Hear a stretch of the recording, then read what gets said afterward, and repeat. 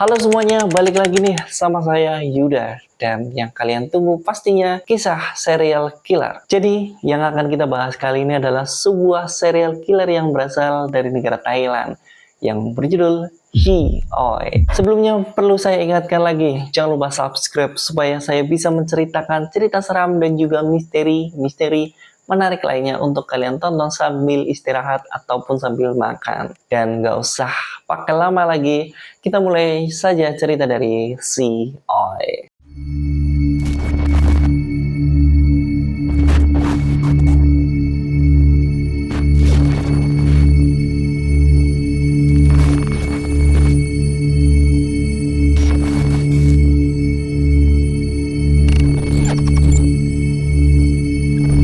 Antara tahun 1954 hingga 1958 di negara Thailand atau tepatnya di kota Bangkok dihebohkan dengan serangkaian peristiwa anak-anak yang menghilang secara tiba-tiba. Nah, ini yang membuat resah warga saat itu adalah tidak adanya petunjuk sama sekali dan juga yang membuat polisi kebingungan dengan kasus ini. Selama 4 tahun itulah anak yang menghilang tak pernah ditemukan dalam kondisi masih hidup ataupun sudah dalam kondisi tak bernyawa.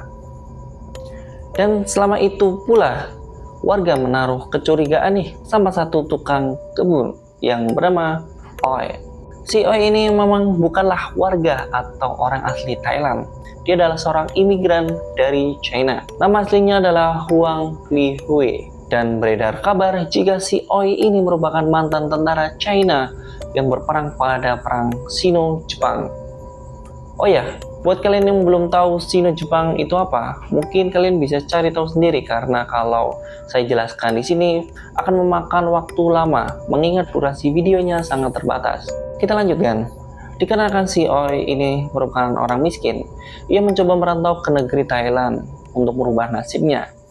Dan dari catatan pemerintah Thailand, kabarnya si Oi ini melakukan kanibalisme atau memakan bagian tubuh dari tentara yang telah mati. Ih, cukup ngeri ya. Ya, memang kalian tahulah gimana kalau perang. Pastinya pasokan makanan sedikit yang didapatkan oleh tentara. Tapi seharusnya nggak makan orang juga sih. Oh ya, kita lanjut nih ke ceritanya. Pada tahun 1958 saat itu seorang melihat si Oi ini sedang membakar tubuh manusia di belakang rumah. Melihat hal tersebut akhirnya orang itu melaporkannya ke pihak kepolisian. Si Oi ini akhirnya ditangkap oleh pihak kepolisian. Nah, atas bukti yang terpampang jelas, polisi menggeledah rumah si Oi ini. Disisirlah rumah si Oi ini dari dalam rumah, sekeliling rumah, dan halaman belakang rumah. Melihat belakang rumahnya yang mencurigakan, polisi pun menggali tanah yang ada di sekitarnya. Dan yang mengejutkan, ternyata ditemukan tulang belulang anak-anak. Nah, dari penemuan bukti ini, si Oi akhirnya dijebloskan ke dalam penjara. Sembari menunggu sidang atas kejahatan si Oi ini dimulai. Nah, polisi udah nih menemukan bukti atau lebih tepatnya kerangka manusia yang diduga anak-anak yang menghilang. Tiba-tiba muncul desas-desus jika si Oi ini memakan organ dalam si anak-anak yang telah hilang ini. Entah itu diolah dengan cara dibakar, direbus, atau semacamnya. Ih, kok ngeri ya kalau menceritakan ya. Oke, kita lanjut ya. Pada tanggal 16 September 1959, pengadilan akhirnya menjatuhkan hukuman mati terhadap si Oi ini dengan cara ditembak mati. Karena dalam persidangan si Oi ini mengaku jika dirinya lah membunuh anak-anak dan memakan organ tubuhnya.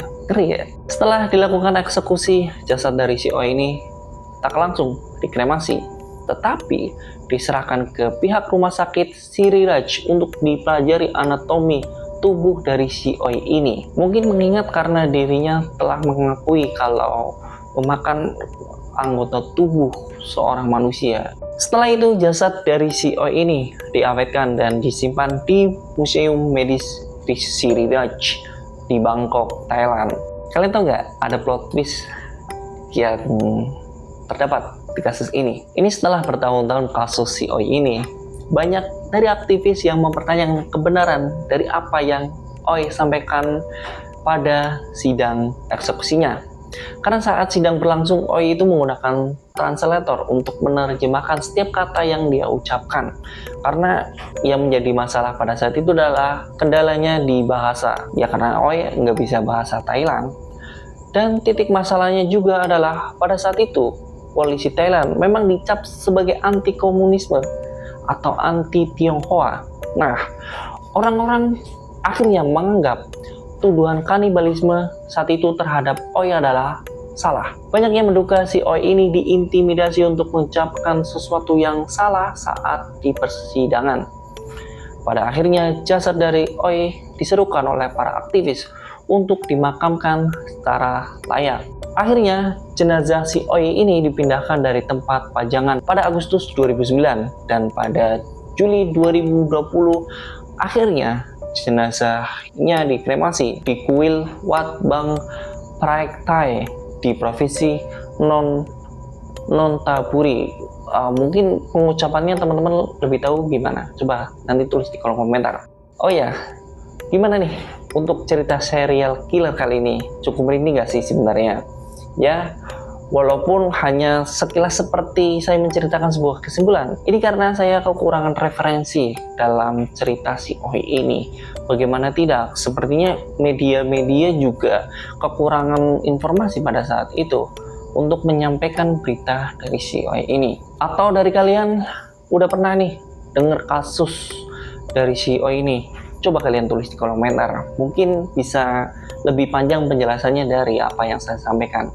Oh ya, jangan lupa like dan share ke temenmu kalau ada serial killer yang mengerikan. Sampai jumpa di episode selanjutnya.